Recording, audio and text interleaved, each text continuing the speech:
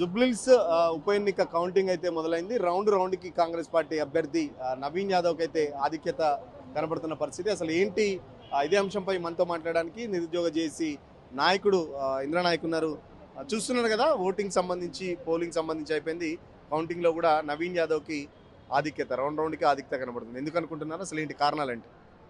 జూబ్లీహిల్స్ ప్రజలు ప్రగతి వైపు, అభివృద్ధి వైపు కాకుండా డబ్బుల వైపు ఓట్లేశారు. ఇలా ఏం నడుస్తుంది? రౌడీ రాజ్యం నడుస్తుంది, రౌడీ షీటర్ రాజ్యం నడుస్తుంది. ఎవరికి భయపడాల్సిన అవసరం లేదు. నేను కూడా అస్మా ఏజెంట్గా ఉన్నా లోపల. నాతోటి నవీన్ యాదవ్ మనుషులు నాతో గొడవ పడుతున్నాడు లోపల. మీరు ఎందుకు వేసిర్రు? మీకు అవసరం ఏంది? మరి మీరు ఎందుకు వేసిర్రు? మీకు అవసరం ఏంది? కోట డబ్బులు ఉన్నప్పుడు మంచిగా హాయిగా బతకొచ్చు కదా. నా ఉద్యోగం నాకు రాలేదని చెప్పేసి, గ్రూప్ 1లో అన్యాయం జరిగిందని చెప్పి బయటకు వచ్చి కొట్లాడి మేము ఇండిపెండెంట్గా వేసాం. మాతోటి మీరు గొడవ పడితే ఏమైంది?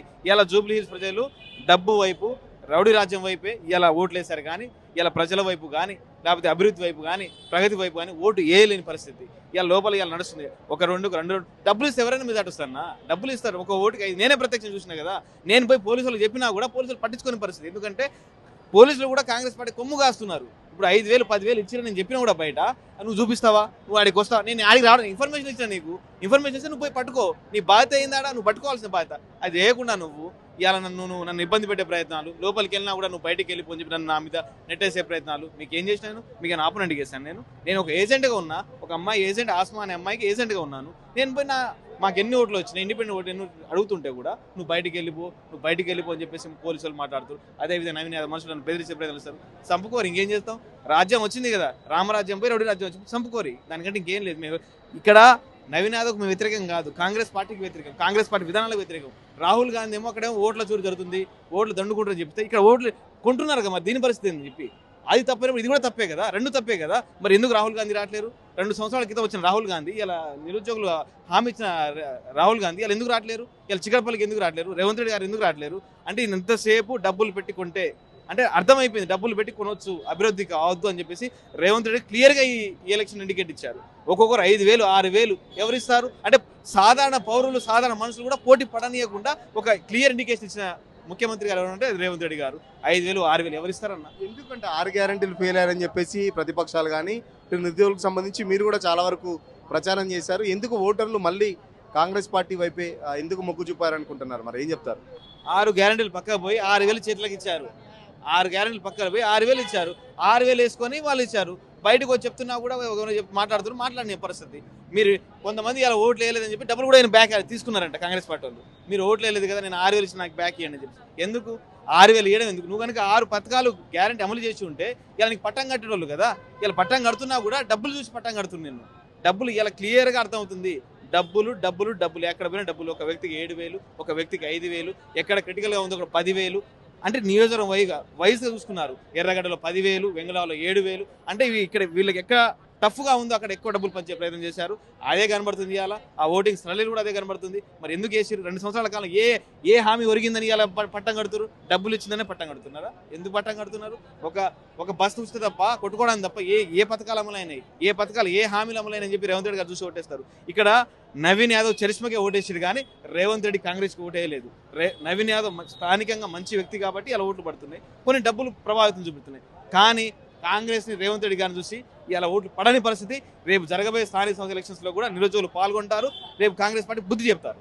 పడ్డ ఓట్లని నవీన్ యాదవ్ చరిష్మా చూసే వచ్చాయని అనుకుంటున్నారా? రేవంత్ రెడ్డి 2 ఏళ్లకు సంబంధించి ప్రజాపాలన, 6 గ్యారెంటీల అమలు, లేకపోతే చాలా వరకు పథకాలకు సంబంధించి ఓట్లు ఏం పడలేదు అనుకుంటున్నారా? రేవంత్ రెడ్డి చరిష్మాతో ఇంకా ఓట్లు పోయినాయి నవీన్ యాదవ్కు. నవీన్ యాదవ్ చెప్పిన విధంగా 45,000 46,000 మెజార్టీ రావాలి. కానీ రేవంత్ రెడ్డి పాల్గొనడం వల్ల ఆయనకు 13,000 10,000 8,000 మెజార్టీ వచ్చే ఛాన్సెస్ ఉన్నాయి. ఇంకా కాలేదు, ఇంకా రౌండింగ్ జరుగుతున్నాయి, ఇంకా తగ్గే ఛాన్సెస్ ఉన్నాయి. రేవంత్ రెడ్డి కనుక పోకపోతే అక్కడికి 45,000 ఈజీగా వచ్చేది.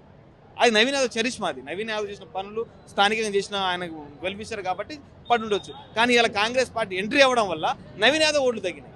ఇలా నవీన్ యాదవ్ ఓట్లు, ఇలా డబ్బులు కూడా నవీన్ యాదవ్ పంచలేదు. కాంగ్రెస్ పార్టీ ఏడ ఓడిపోతుంది ప్రెస్టేజ్గా, ఇలా బీఎస్ మీద ఓడిపోతే మా పరువు పోతుందని చెప్పేసి, 3 ఏళ్ల కాలంలో మా ఇజ్జత్ పోతుందని చెప్పేసి ఒక్కొక్క వ్యక్తికి 6,000 7,000 ఇచ్చే ప్రయత్నం చేశారు. మరి ఈసీ ఏం చేస్తుంది? రిటర్నింగ్ ఆఫీసర్ గారు ఏం చేస్తున్నారు? అంటే కొమ్ము కాస్తుందా కాంగ్రెస్ పార్టీకి? ఇలా పోలీసులు ఏడ చూసినా కూడా వాళ్ళని పంపిస్తారు. మమ్మల్ని పంపిస్తున్నారా? నేను ఏజెంట్గా నన్ను బయట పంపించారు. అంటే మేము మా హక్కుల కోసం, మా రైట్ కోసం, మాకు రావాల్సిన దాని గురించి మాట్లాడుతున్నా కూడా ఇవాళ మనం బయటికి పంపించే ప్రయత్నాలు చేస్తున్నారు. ఇది కాంగ్రెస్ పార్టీకి రేపు జరగబోయే ఎలక్షన్స్లో 29 ఎలక్షన్స్లో కూడా భూ పతనానికి పోతుంది.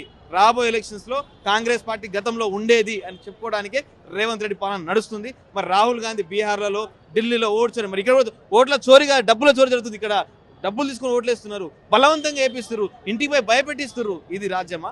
ఇది రామరాజ్యమా? రౌడీ రాజ్యమా? ఏ రాజ్యమో మరి రేవంత్ రెడ్డి గారు చెప్పాలి. ఎట్లా ఉండబోతుంది మరి దీని ఎఫెక్ట్ వచ్చే స్థానిక సంస్థల ఎన్నికల్లో కానీ జిహెచ్ఎంసీ ఎన్నికల్లో కానీ ఉంటుంది అనుకుంటున్నారా, లేకపోతే ఎట్లా ఉండబోతుంది? ఇప్పుడు ఇక్కడైతే ప్రజలు లేరు, వాళ్ళకు యూరియా తెలియదు, కొన్ని తెలియదు కాబట్టి వాళ్ళు ఓట్లు వేసారు, గెలిపించారు.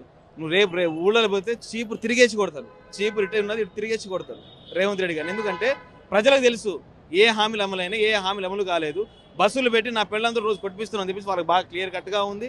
ఇంకోటి ఏంటంటే యూరియా సమస్య బాగుందని తెలుసు. ఏ సమస్యలు తీరినాయని చెప్పి ఇలా 6 మహాలక్ష్మి అన్నావు, 2500 ఎవరికి ఇచ్చినావు? మీ ఇంట్లో వాళ్ళకి ఇచ్చుకున్నావా? ఎవరికి ఇచ్చినావు? కొండాసురికి ఇచ్చుకున్నావా? సీతక్కకి ఇచ్చుకున్నావు? మరి ఎవరికి ఇచ్చినావు? ఉన్నోళ్ళకే ఉద్యోగాలు ఇస్తున్నావు, ఉన్నోనికే ఎమ్మెల్సీలు ఇస్తున్నావు, ఉన్నోనికే మంత్రి పదవి ఇస్తున్నావు. ఇప్పుడు అజారుద్దీన్కి మంత్రి పదవి ఇస్తే ఓట్లు పడుతున్నాయని చెప్తున్నావు. మరి ఫిరోజ్ ఖాన్ కాంగ్రెస్ పార్టీ కోసం కొట్లాడుతున్నారు, మరి ఆయనకి ఇవ్వచ్చు కదా, ఆయనకి ఇవ్వచ్చు కదా. అంటే ఓట్లు ఉన్నాయని చెప్పేసి అలా అజారుద్దీన్కి ఇచ్చారా? అంటే ఒక మైనార్టీ అసౌద్దీన్కి అక్బరుద్దీన్కి అజారుద్దీన్కి ఇస్తేనే మైనార్టీ కమిటీ బాగుపడుతుందా? వేరే కమిటీ అంటే వేసి వాళ్ళదా? అంటే ఇక్కడ వాళ్ళకి అర్థమవుతుంది, డబ్బులున్న వాళ్ళు అంటే రౌడీ స్టేట్ల వాళ్ళకి వాళ్ళు టికెట్లు ఇస్తారు, గెలిపించుకుంటారు. రేపటి నుంచి ఈ జూబ్లీహిల్స్ ప్రజల్లో రామరాజ్యం ఉండదు, మీరు చూస్తున్నారు. ఖచ్చితంగా ఓటింగ్ సరళి చూస్తుంటే మొత్తం నవీన్ యాదవ్ చరిష్మాతోనే ఓట్లు పడ్డాయి తప్ప రేవంత్ రెడ్డి వ్యతిరేకతకు సంబంధించి అయితే చాలా ఉంది. అది జూబ్లీహిల్స్లో కనబడలేదు. కేవలం డబ్బులతోనే మేనేజ్ చేస్తున్నారు, డబ్బులతోనే ఓటింగ్ అంతా జరిగిందని చెప్పుకోవచ్చు. డబ్బులతోనే జూబ్లీహిల్స్ ప్రజలు నవీన్ యాదవ్కు పట్టం కట్టారు. డబ్బులు లేకపోతే నవీన్ యాదవ్ ఓడిపోయేవాడని చెప్పేసి 6 గ్యారెంటీలకు సంబంధించి ప్రజా వ్యతిరేకత ఉన్నది కాబట్టి డబ్బులు విచ్చలవిడిగా పంచారు. ఫ్రీ అండ్ ఫెయిర్గా ఎలక్షన్లు జరగలేదు.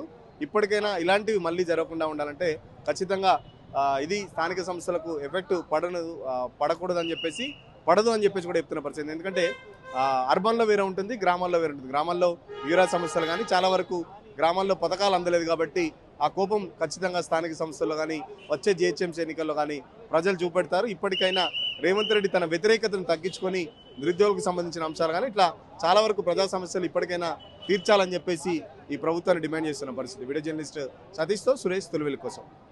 అసలైన తొలి వెలుగు. ఫాలో వాట్సాప్ @తొలి వెలుగు official.